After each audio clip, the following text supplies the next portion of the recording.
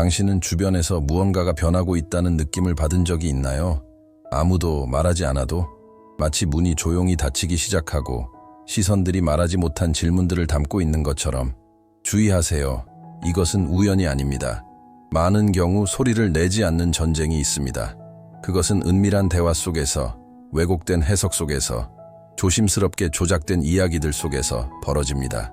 당신은 진심으로 걸어가고 있지만 누군가는 다른 사람들의 눈에 비친 당신의 모습을 다시 그리려 할 수 있습니다. 하지만 지금 당신의 영혼 깊은 곳에 새겨져야 할 진실이 있습니다. 하나님께서 당신의 삶에 대해 결정하신 것은 어떤 말이나 계획도 무너뜨릴 수 없습니다. 어떤 계획이 세워지기 전에 하늘은 이미 응답을 준비하셨습니다. 오늘 당신의 눈이 열릴 것입니다.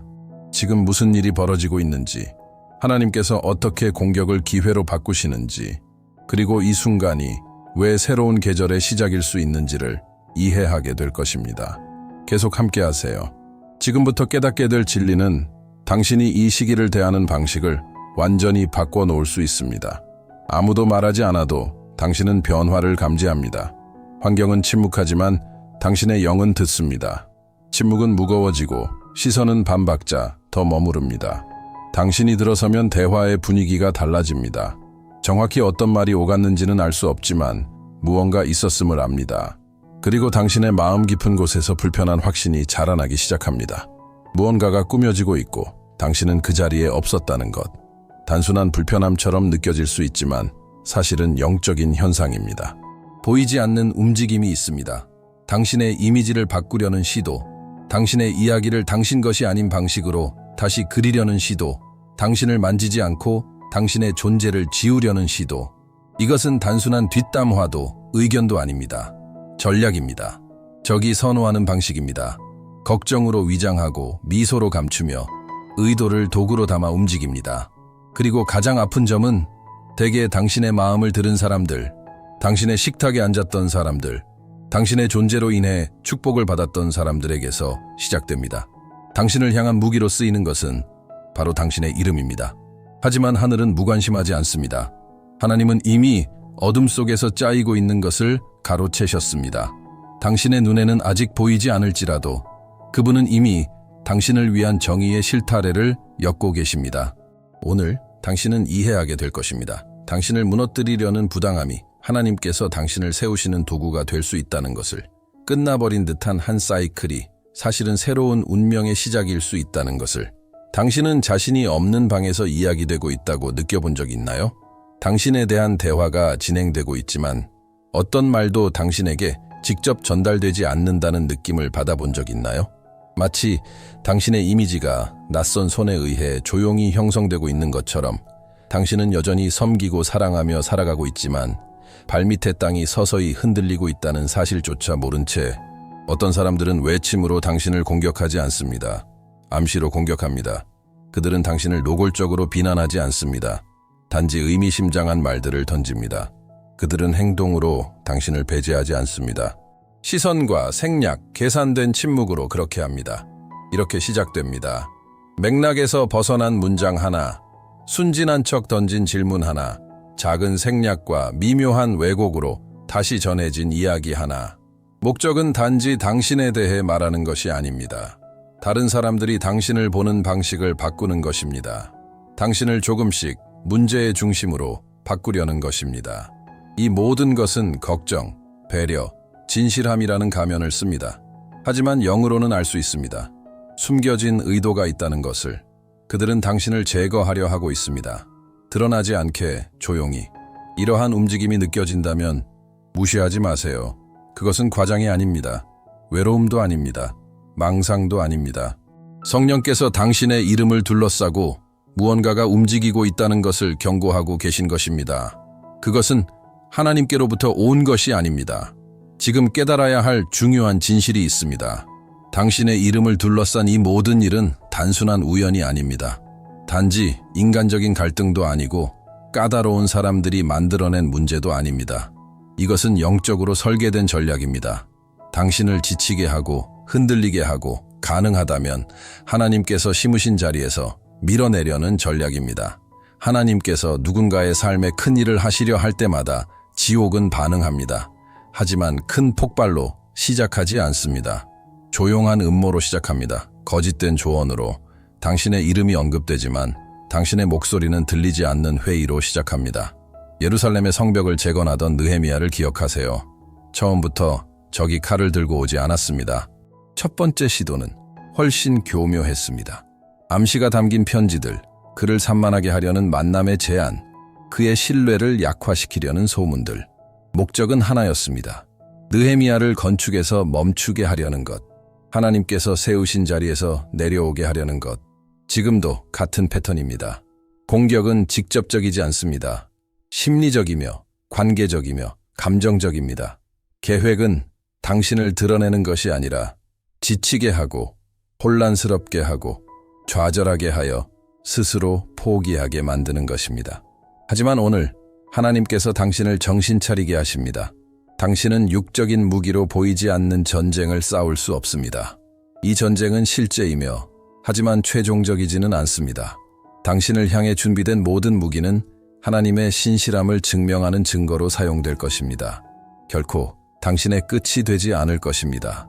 적은 거의 드러나지 않는 방식으로 당신을 무너뜨리려 합니다. 그는 속삭임을 선택합니다. 아마도 당신은 눈치채지 못했겠지만 이라는 말로 시작합니다. 그는 뉘앙스 속에서, 교묘한 시선 속에서, 모호한 메시지 속에서, 이중 의미를 가진 농담 속에서 활동합니다. 이것은 심리전입니다. 폭탄이 아니라 왜곡으로, 칼이 아니라 조작된 진실의 일부로 이루어집니다. 먼저 그는 다른 사람들의 마음속에 당신에 대한 의심을 심습니다. 그 다음 당신 자신의 마음속에 당신의 가치에 대한 의심을 심습니다. 당신은 스스로에게 묻기 시작합니다. 내가 뭔가 잘못했나? 내가 과민 반응하고 있는 걸까? 다른 사람들은 내 안에 내가 보지 못한 무언가를 보고 있는 걸까? 그것이 바로 적의 전략입니다. 당신이 단지 명예를 잃는 것이 아니라 당신 자신을 의심하게 되는 것입니다. 당신 스스로 침묵하게 만들고 하나님께서 주신 사명을 내려놓게 만들고 다른 이들의 말이 두려워 건축을 멈추게 하려는 것입니다. 하지만 보세요. 예수님 자신도 이 길을 걸으셨습니다. 그는 거짓된 말들로 고소당하고 왜곡된 증언으로 심판받았으며 한때 그를 찬양했던 이들에게 외면당했습니다. 그리고 하나님의 아들이셨음에도 불구하고 바라바가 대신 풀려났습니다. 다시 말해, 진실은 잠시 외면당할 수 있지만 영원히 묻히지는 않습니다. 하늘은 모든 것을 보고 계십니다. 그리고 적절한 순간이 오면 감추어졌던 것이 드러나기 시작할 것입니다. 그때까지 그림자와 타협하지 마세요. 박수 없이도 설명 없이도 흔들림 없이 서 있으세요. 당신을 택하신 하나님께서 당신을 지켜주실 것입니다. 당신의 이름이 오르내리는 방보다 훨씬 높은 재판장이 존재합니다. 비밀리에 메시지가 오가고 당신 없는 곳에서 결정이 내려지는 동안 하늘에서는 재판이 진행 중이며 하나님께서는 멀리서 지켜보시는 것이 아니라 그 재판을 주관하고 계십니다. 그래요, 사실입니다. 당신의 명예가 상처를 입고 있습니다. 당신의 마음이 시험을 받고 있습니다. 당신의 이름이 당신이 원하지도 않은 게임의 도구로 사용되고 있습니다. 하지만 지옥이 당신이 깨닫기를 원하지 않는 진실이 있습니다. 모든 말, 모든 회의, 모든 숨겨진 의도가 하나님 앞에서 완벽히 기록되고 있다는 사실입니다. 지상에서는 흔적을 지우려 하지만 하늘에서는 아무것도 지워지지 않습니다. 당신에게는 단지 힘든 시기로 보일지 몰라도 영적인 세계에서는 그 일이 아주 심각하게 다뤄지고 있습니다. 하나님은 자녀들이 은밀한 음모의 표적이 될 때 무시하지 않으십니다. 그들의 인격이 왜곡된 버전으로 공격당할 때 침묵하지 않으십니다. 시편 37편은 이렇게 선언합니다. 내 길을 여호와께 맡기라. 그를 신뢰하라. 그가 이루시고 네 의를 빛같이 나타내시며 네 공의를 정오의 빛같이 하시리로다. 이것은 비유가 아닙니다. 약속입니다. 그리고 하나님의 약속은 결코 실패하지 않습니다. 다른 이들의 이야기가 지금은 이기는 것처럼 보여도 당신이 말할 힘을 잃은 것처럼 느껴져도 진정 중요한 판결은 이미 쓰이고 있으며 인간의 의도에 의해 좌우되지 않을 것입니다. 하나님의 정의는 폭발처럼 오지 않는 경우가 많습니다. 하지만 물줄기처럼 스며듭니다. 조용하고 정확하며 틀림없습니다. 그분은 거짓을 침묵시키기 위해 목소리를 높이실 필요가 없습니다. 그저 작은 단서들을 흘리시기 시작할 뿐입니다. 잘못 보낸 음성 메시지 하나, 편집되지 않은 채로 전송된 이메일 하나, 의도치 않게 언급된 회의 하나, 어울리지 않는 순간에 터진 한마디 말이 눈이 가려졌던 사람의 의심을 불러일으킵니다. 하나님은 아무도 억지로 깨닫게 하지 않으십니다. 하지만 진리를 충분히 비추셔서 더 이상 어둠이라고 둘러댈 수 없게 하십니다. 진실은 이렇게 드러나기 시작합니다. 큰 스캔들이 아니라 작지만 정확한 증거들의 연속으로 조용히 쌓여갑니다. 지상에서는 단지 우연처럼 보입니다. 실수처럼 보입니다. 기술적인 오류처럼 보입니다. 하지만 영으로 살아가는 이들에게는 분명합니다. 재판장이 빛을 흘려보내고 계십니다. 진실이 공간 전체를 밝힐 때까지 다니엘을 기억하세요. 그는 어둠 속에서 꾸며진 계략으로 인해 사자굴에 던져졌습니다. 모든 것이 끝난 듯 보였습니다. 하지만 다음 날 왕은 자신의 눈으로 다니엘이 살아있고 무사하다는 것을 확인했습니다. 그리고 그를 함정에 빠뜨린 이들은 모두 드러나고 말았습니다. 하나님은 때때로 줄거리를 계속 이어가게 하시지만 결코 어둠이 결말을 결정하게 두지 않으십니다. 지금 당신이 느끼는 이 압박감 속에서도 하나님은 일하고 계십니다. 그리고 마지막 순간에 밝혀질 진실은 그 어떤 그림자보다 강한 빛으로 당신의 이름을 회복시키실 것입니다. 그렇기 때문에 지금 당신이 어떻게 서 있는지가 중요합니다. 당신을 겨냥한 공격만큼이나 당신의 내면이 어디를 향해 서 있는지가 중요합니다. 왜냐하면 적은 당신의 사역, 영향력, 인간관계만을 노리는 것이 아니라 당신의 내면을 겨누고 있기 때문입니다. 그는 당신의 본질을 빼앗고자 합니다. 당신의 평안을 반응성으로, 균형을 불안으로, 믿음을 절망으로 바꾸고 싶어 합니다. 그래서 아무도 당신을 직접 공격하지 않는데도 당신은 압박감을 느낍니다. 당신의 마음은 멈추지 않고 돌아갑니다. 대화를 되뇌이고 머릿속으로 답을 준비하고 해명을 상상하며 보이지 않는 법정 안에서 끊임없이 자신을 변호해야 할 것 같은 기분이 듭니다. 아무도 당신 앞에서 직접 비난하지 않는데도 바로 그곳이 적이 가장 좋아하는 장소입니다. 당신의 내면을 지치게 하는 곳, 당신의 평안을 빼앗는 곳, 당신을 하나님께서 주신 본래의 사명에서 멀어지게 하고 당신 스스로를 증명하려는 끝없는 싸움에 가두는 곳. 하지만 하늘은 지금 당신에게 다른 반응을 요구하고 있습니다. 눈에 보기엔 약해 보일 수 있지만 영적인 세계에서는 불처럼 강력한 반응입니다. 품위, 지혜로운 침묵, 강렬한 평안, 초자연적인 신뢰. 예수님께서 부당하게 고소당하셨을 때 사람들 앞에서 스스로를 변명하지 않으셨습니다. 그분은 공의로 심판하시는 아버지를 신뢰하셨습니다. 지금 당신에게도 같은 부르심이 있습니다. 수동적이 되라는 것이 아니라 전략적으로 행동하라는 것입니다. 느끼는 감정을 무시하라는 것이 아니라 더 높은 자리에서 반응을 선택하라는 것입니다. 당신은 전쟁을 피하고 있는 것이 아닙니다. 더 높은 재판정으로 올라가고 있는 것입니다. 당신의 명예보다 더 귀한 것이 있습니다. 그것은 당신의 마음입니다. 그리고 지금 이 순간 가장 강하게 시험받고 있는 것도 바로 그것입니다. 하나님께서 공개적으로 당신을 변호하실 수 있습니다. 하지만 그럼에도 불구하고 당신의 내면이 상처 입고 굳어질 수 있습니다. 쓴뿌리, 불신, 다친 마음, 굳은 영혼. 정의가 도착했지만 당신의 영혼을 회복시키기엔 너무 늦은 것처럼 느껴질 수도 있습니다. 그래서 하늘은 이렇게 말씀하십니다. 내면을 지키십시오. 무죄를 입증하려는 노력보다 더 중요하게 마음을 온전하게 지키십시오. 진정한 승리는 단지 옳다고 선언되는 것이 아니라 이 과정을 지나 더 순수하고 더 가볍고 더 예수님을 닮은 존재로 나아가는 것입니다. 바로 이 지점에서 원수는 당신을 진짜 잡으려 합니다. 당신의 이미지를 왜곡하는 것만으로는 만족하지 않습니다. 당신의 내면을 변형시키려 합니다. 상처에 갇히게 만들고 계속 머릿속에서 질문하게 만듭니다. 내 대해 뭐라고 했을까? 누가 믿었을까? 어떻게 진실을 증명할 수 있을까? 이 질문들을 자꾸 되새길수록 당신의 영혼은 지쳐갑니다. 평안을 집착으로 바꾸게 됩니다. 그리고 눈치채지 못한 사이 당신은 자신을 방어하는데 인생을 쓰기 시작하고 하나님께서 부르신 목적을 향해 걷지 않게 됩니다. 하지만 당신은 다른 선택을 할 수 있습니다. 하나님께 진실하게 말하십시오. 아픔도, 분노도, 굴욕감도 모두 털어놓으세요. 그리고 맡기십시오. 복수할 권리를 내려놓으세요. 모든 사람에게 이해받고 싶은 욕망도 내려놓으세요. 왜냐하면 당신이 이미지보다 마음을 지키는 것을 선택할 때 하늘은 당신이 성숙함과 깊이로 승진할 준비가 되었다는 것을 보게 됩니다. 배신은 멀리서 오지 않습니다. 언젠가 당신을 이름으로 불러주며 사랑했던 사람의 얼굴을 하고 다가옵니다. 그렇기에 더 아프고 그렇기에 하나님의 손에서는 더 강력한 도구가 됩니다. 맞습니다. 강력한 도구입니다. 하늘의 수학에서는 당신을 배제하려 했던 바로 그것이 당신을 올려쓰는 도약대가 될 수 있습니다. 다윗의 이야기를 보십시오. 그는 초청장을 받아 왕이 된 것이 아니라 박해를 통해 왕위에 올랐습니다. 그가 충성으로 섬겼던 사울은 질투와 분노, 통제욕으로 다윗을 향해 돌아섰습니다. 공포를 퍼뜨렸고 그의 이미지를 왜곡시켰고 그를 지우기 위해 온갖 수단을 사용했습니다. 다윗은 모든 것을 잃었습니다. 자리, 안전, 집, 친구들.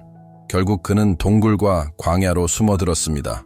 하지만 그 강제된 유배의 자리에서 하나님은 진짜 왕을 조각하고 계셨습니다. 겉모습의 왕이 아니라 깊이 있는 내면과 지혜와 하늘의 권위를 지닌 왕을 끝처럼 보였던 그 박해는 사실 왕좌로 가는 길의 시작이었습니다. 그러니 이 말을 믿음으로 들으세요. 당신을 찔렀던 배신은 이제 다리가 되고 있습니다. 그 다리는 과거로 돌아가는 길이 아니라 당신이 원래부터 부름받았던 자리로 이어지는 다리입니다.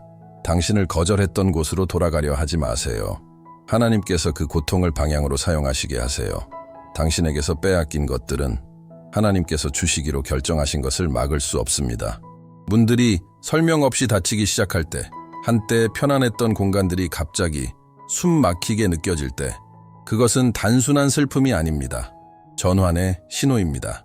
하나님은 단지 고통을 허락하시는 것이 아닙니다. 당신의 운명을 재정렬하고 계십니다. 당신은 주변을 바라보며 이렇게 생각할 수 있습니다. 왜 모든 것이 동시에 무너지는 거지? 왜 나에게 의미를 주던 장소들과 연결이 끊어지는 거지? 하지만 하늘은 말씀하십니다. 지금 있는 그 자리는 네가 되어가는 존재를 담을 수 없기 때문이다. 같은 환경에 계속 머무는 것이 더 이상 안전하지 않고 해로워지기 시작하는 때가 있습니다. 당신의 정체성이 끊임없이 의심받고 당신의 존재가 그저 참는 대상으로 여겨지는 곳에서 머무르는 것은 하나님께서 당신 안에 깨우고 계신 목소리의 위험한 환경이 됩니다. 당신이 지금 겪고 있는 것은 단지 위기가 아닙니다. 하나님의 재배치입니다. 하나님은 문을 닫고 계십니다. 징벌이 아니라 제한된 영역에서 당신을 끌어내시기 위함입니다. 믿음이 과하다 평가되고 비전이 위협처럼 여겨지고 순종이 문제로 간주되는 땅에서 당신은 성장할 수 없습니다. 이사야는 말합니다. 하나님은 광야에 길을 내시고 사막에 강을 만드신다. 그것은 시가가 아니라 전략입니다. 하나님은 당신을 움직이고 계십니다. 지리적으로만이 아니라 영적으로, 감정적으로, 관계적으로 하나님은 당신을 옮기고 계십니다. 당신의 존재가 단지 견뎌지는 곳이 아니라 환영받는 곳으로, 오늘날 비난받는 그 특성들이 곧 목적의 도구로 인식될 그곳으로, 하늘이 이미 당신을 옮기기 시작한 곳에 머무르기 위해 싸우지 마세요. 믿으세요. 오늘 아픈 그 변화는 당신이 기도에서 요청했던 문입니다. 처음부터 함께했던 모두가 끝까지 함께하도록 부름받은 것은 아닙니다.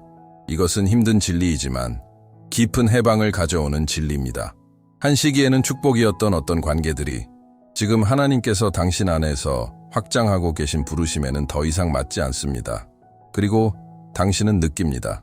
하나님이 내 안에 무언가를 깨우실 때마다 그 이야기를 나누면 침묵이 돌아오고 농담 속에 조롱이 있고 당신을 과하고 극단적이고 지나치게 영적인 사람이라 평가합니다.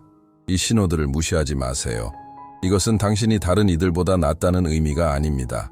하지만 지금 당신 주변의 토양이 당신의 다음 단계에는 더 이상 기름지지 않다는 신호입니다.